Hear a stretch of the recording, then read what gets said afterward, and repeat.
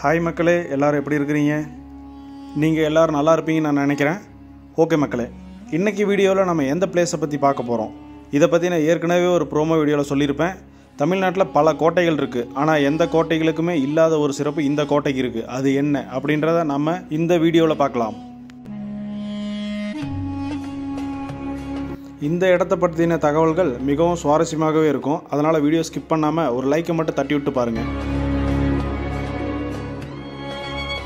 சுமார் 40 ஏக்கர் பரப்பளவில் 400 வருட பழமையான கோட்டை இந்த தென்கரை கோட்டை. தமிழ்நாட்டில் தருமபுரி மாவட்டத்தில் தருமபுரியிலிருந்து சுமார் 39 கிலோமீட்டர் தூரத்தில் இந்த கோட்டை அமைந்துள்ளது.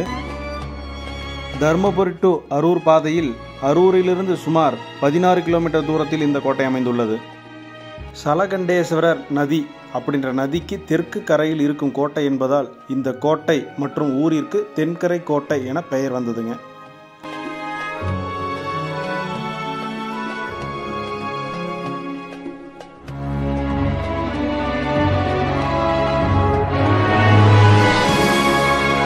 தமிழ்நாட்டில் இருக்கிற மற்ற கோட்டைங்கள்லாம் மலைக்கு மேலே அமைஞ்சிருக்குங்க. ஆனால் தரையில் அமைந்த சிறப்பை பெற்ற ஒரே கோட்டை இந்த தென்கரை கோட்டை. இப்படிப்பட்ட சிறப்பு பெற்ற கோட்டையை கட்டியது யார்? இந்த கோட்டையில் அப்படி வேற என்ன சிறப்புகள்லாம் இருக்குது, நம்ம எல்லாமே இந்த வீடியோவோட கடைசியில் பார்க்கலாங்க. வீடியோ ஸ்கிப் பண்ணாமல் பாருங்கள்.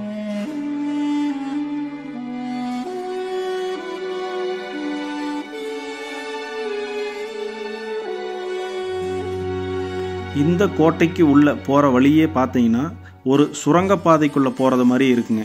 ஏன் அப்படின்னா 2 பக்கமுமே உயரமான சுவர் இருக்குங்க.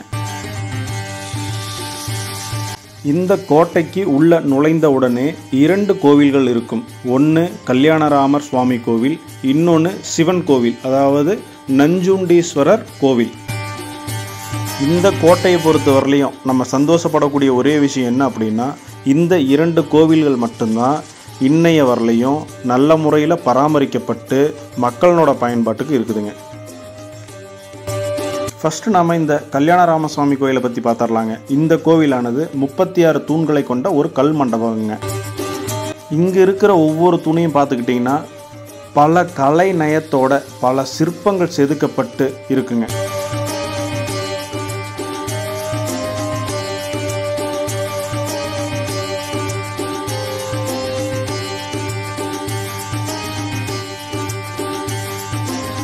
தமிழ்நாட்டில் சுசீந்திரத்திற்கு அடுத்தபடியாக இந்த தென்கரை கோட்டையில் இருக்கும் இந்த கல்யாணராமர் சுவாமி கோவிலில் உள்ள கல் மண்டபத்தில் மட்டும்தான் அமைந்துள்ளது. அது என்ன? பல வகையான சத்தம் வரக்கூடிய இசை தூண்கள்.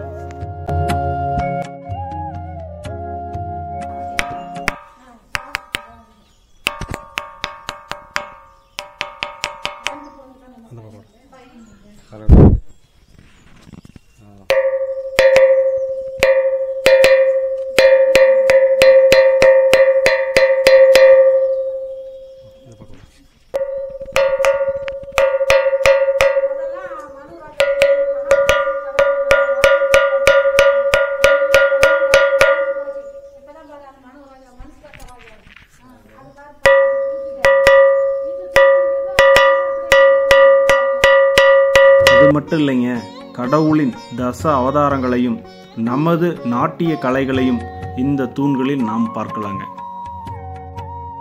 இந்த கல் மண்டபம், இங்கு உள்ள சிற்பங்கள், இந்த கோவில், இந்த தென்கரை கோட்டை இவையெல்லாம் சுமார் 400 வருட பழமையானவை என்பதை நினைவில் வைத்துக் கொள்ளக்கூடிய ஒண்ணுங்க.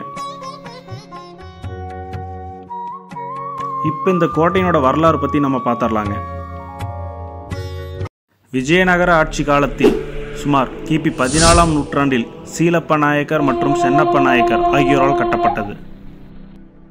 அதன் பிறகு 1652இல் மைசூர் அரசர் உடையார் கைக்கு சென்றதுங்க. அதன் பின் 1768இல் பிரிட்டிஷ் தளபதியான கர்னல் வுட் என்பவரால் கைப்பற்றப்பட்டு பின் ஐதர் அலி அதே ஆண்டில் போரில் வெற்றி பெற்று இந்த கோட்டையை தன்வசமாக்கினார். இத்தகைய சிறப்பு பெற்ற இந்த கோட்டையில் ஒரு பழமையான கிணறும் அமைந்துள்ளதுங்க.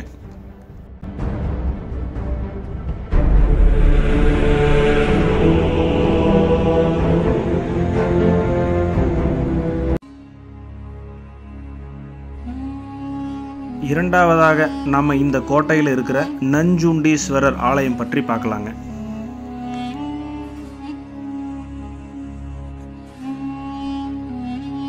இந்த கோவிலானது கல்யாண ராமசுவாமி கோவிலின் வலதுபுறம் அமைந்துள்ளதுங்க.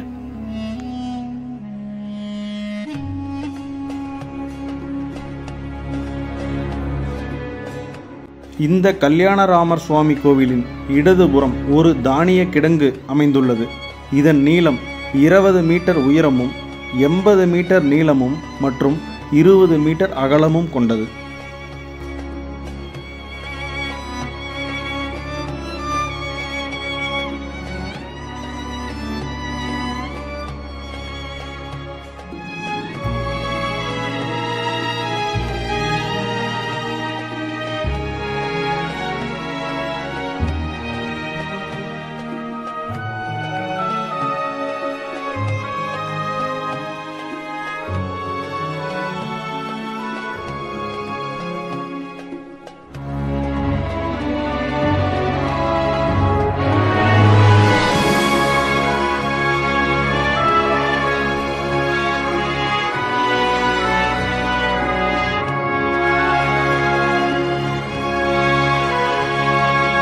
இந்த தானிய கிடங்குல தாங்க அந்த காலத்திலலாம் மக்கள்கிட்ட இருந்து வரி வசூல் செய்து, அதாவது இந்த காலத்தில் அரசாங்கம் மக்களிடம் செய்யும் டேக்ஸ் போல அந்த காலத்தில் தானியங்கள் வசூல் செய்து இந்த இடத்துல தான் வச்சிருப்பாங்க.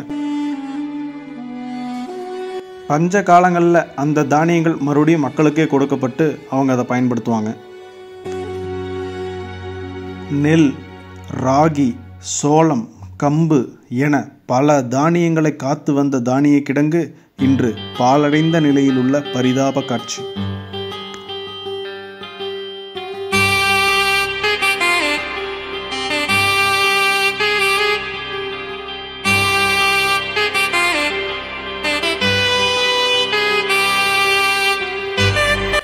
இந்த சேமிப்பு கிடங்கிற்கு பின்புறம் நாம் சென்றால் ஒரு மிகப்பெரிய கட்டிடம் இருக்குங்க.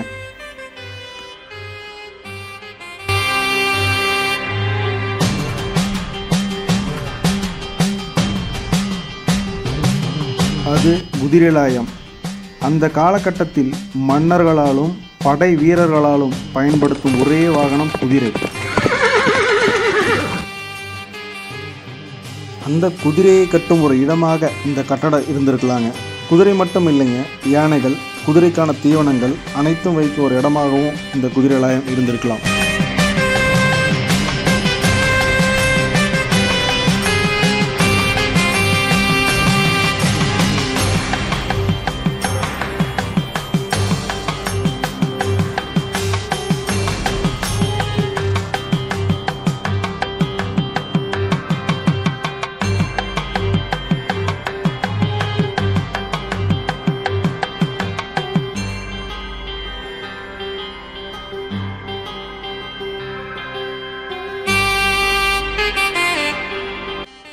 பல போர்களையும் பல மன்னர்களையும் பல திருவிழாக்களையும் பார்த்த இந்த கோட்டை, பல போர்கள் நடந்திருந்தாலே அதற்கு என்ன காரணம்?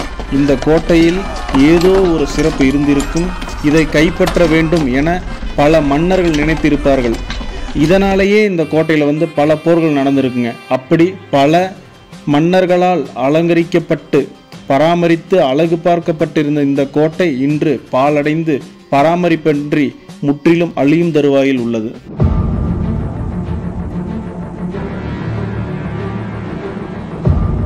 இந்த கோட்டையை பற்றிய உள்ளூர் மக்கள் கருத்து. தெரிஞ்சதுங்க, 4 வருஷமா இருக்கிறேன். இது வந்தால் காலையில் சனிக்கிழமை எல்லாம் கழுவி எல்லாம் சிங்காசி ஐயர் செய்வார். நான் இதெல்லாம் பெருக்கி தொடச்சிக்கினேன். இதுங்களெல்லாம் எல்லா கோயிலும் கூட்டு வரேன். 2 நாளைக்கு போட்டா தான் கொட்ட முடியும். அது மாதிரி வேலை செஞ்சுன்னு வரோங்க சாமி. சம்பளம் இல்லை யாருக்கும், சம்பளம் போடுறாங்க. ஏதோ உங்களாட்ட வரவங்க 10 கொட்டா வாங்கிக்கினேன். நாங்கள் காலம் வச்சுன்னு போகிறோங்க சாமி. சரி சரி. இப்போ சனிக்கிழமை மட்டும்தான் அதை ஓப்பன் பண்ணுவாங்களா? ஆமாம், நீங்கள் தேவைப்பட்டா ஓப்பன் பண்ணுவாங்க. ஓ, இந்த கல்யாணம் அந்த மாதிரி டைமெல்லாம் வந்துட்டு நம்ம முன்னாடியே சொல்லியிருந்தோம்னா அவங்க ஓப்பன் பண்ணி சாமிக்கு அலங்காரம்லாம் பண்ணிட்டு பண்ணுவாங்க. பணம் எங்கள் பிரகாரம் தான் கல்யாணம் பண்ணுவாங்க. சரி சரிங்க. பணம் கட்டணும்னா அந்த பணத்தை கவர்மெண்ட்டுக்கு கொடுப்பாங்க. ஐயரு தனி செலவு. இந்த எக்கி வளர்த்துறது அதெல்லாம் ஐயருது. அதனால ஐயருக்கு தனியாக கொடுக்கணும். ஏன்னா ஐயருக்கு 2000 அவங்க 2000 கொடுத்தாங்களா என்னவோ, அது போய் எவ்வளோன்னு தெரியல. அவ்வளோதான், வேறெல்லாம் ஒன்றும் இல்லை சாமி. சரி சரி. கல்யாணமும் ஆகுது, இப்போதான் சரி கல்யாணம். இப்போதான் கொஞ்சம் கம்மி. எனக்கு தெரியும், நான் சின்ன வயசுல இருக்கும் போதெல்லாம் அங்கே நிறைய கல்யாணம் ஆயிருக்குது. கல்யாணம் ஆகும், வளையல் காப்பு ஆகும். இப்போ எதுவுமே ஆக மாட்டேங்குது. இப்போ இந்த கோயில் இல்லாமல் இன்னொரு கோயில் அந்த பக்கம் இருக்குது இல்லைங்க, சிவன் கோயில். சிவன் கோயில் இருக்குது, நஞ்சுண்டீஸ்வரர். மொத்தம் இந்த கோட்டைக்குள்ள மட்டும் எத்தனை கோயில் இருக்குது?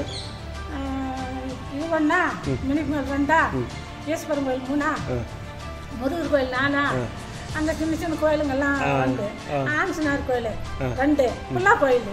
சரி, மொத்தமாக ஒரு 10 கோயிலாட்டு இருக்குது உள்ளே. 10 கோயிலுக்கு மேலே இருக்குது. அங்கே இன்னும் அந்த வெயிலே இருக்குது. இவ்வளோ வேறு சொல்ல மக்காடு பற்றி கொடுக்கறதில்ல. அவங்க எடுத்துன்னு போய் கவர்மெண்ட்டுக்கு ஒப்படைக்கணும்னு பண்ணுறாங்க. இப்படி ஒரு கல்யாணம் ஆனால் அது இது பண்ணாதான் ஏதோ ஐயருக்கு தட்டுக்கு போடுறது, ஏதோ உங்களுக்கு கொஞ்சம் நஞ்சம் வந்து சேரும். எங்களுக்கு ஐயர் பார்த்துக்கு அவருக்கு சேர்ந்தா 100 ரூபாய் கொடுப்பாரு, இல்லைன்னா 20 கொடுப்பாரு. யாரோ ஒரு மகாராஜ் இந்த மாதிரி கிடா பாவம் அனாதையா கொஞ்சம் பெருக்குதுன்ட்டு 10 5 கொடுத்துருப்போம். உங்களுக்கு சொந்த ஊர்? சொந்த ஊர் இதே ஊர் தான், தெங்கரக்கோட்டையே தான். ஆம்படியானும் செத்துட்டான், பையனும் செத்துட்டாங்கன்னு. யாரும் இல்லை, ஒரு பொண்ணு தான் பொம்பளை கட்டி கொடுத்துக்கிறா, அதுக்கும் குழந்தை இல்லை. ஆனால் அதே கிடந்தா வந்து 4 வருஷமா அங்கே இருந்துக்கணும். ஜனமாட ஜனம் கிடக்கலாம். ஒன்றும் இல்லை நமக்கு சாமியே தோண.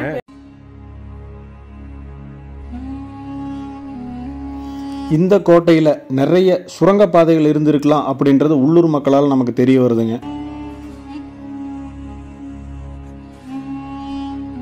ஆனால் அனைத்தும் சரியான பராமரிப்பு இல்லாததால் மக்களும் மன்னர்களும் மறைந்து செல்ல பயன்பட்ட சுரங்கப்பாதை இன்று அது மறைஞ்சு போயிருச்சுங்க.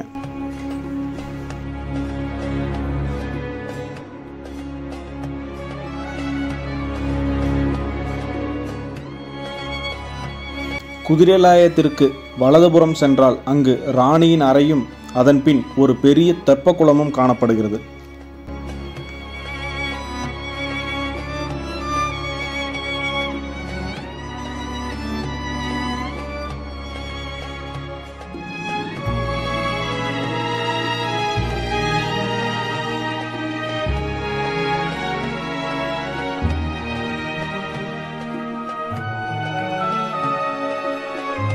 இந்த 2 கோவில்களையும் இந்து அறநிலைத்துறை தங்கள் கட்டுப்பாட்டில் எடுத்ததால் இவை இரண்டும் ஓரளவிற்கு சிதலமடையாமல் இப்போ வரல இருக்குதுங்க.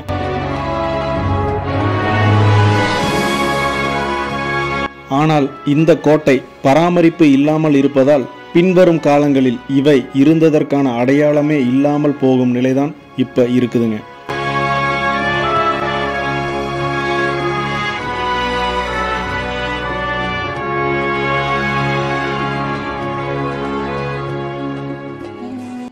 நான் இந்த இடத்தினுடைய கூகுள் மேப் லொக்கேஷனை கமெண்டில் பின் பண்ணுறேங்க. இந்த கோட்டை முழுவதும் அழியறதுக்குள்ள இந்த கோட்டையை ஒரு முறையாவது போய் சுற்றி பார்த்து அந்த காலத்தின் கலை திறமைகளையும் மக்கள் வாழ்ந்த வாழ்க்கை முறைகளையும் கட்டிட கலைகளையும் ஒரு முறையாவது நீங்கள் பார்க்க வேண்டும் என்பது என்னுடைய கனிவான வேண்டுகோளுங்க.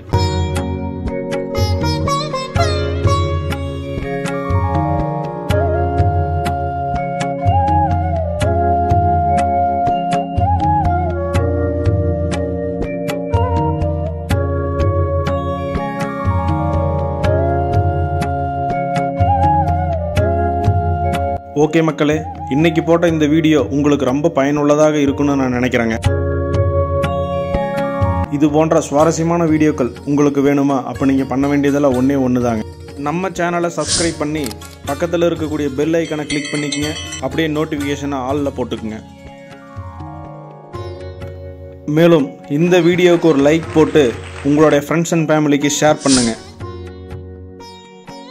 அடுத்து ஒரு நல்ல பிளேஸோட உங்களை நான் சந்திக்கிறேன். Thank you.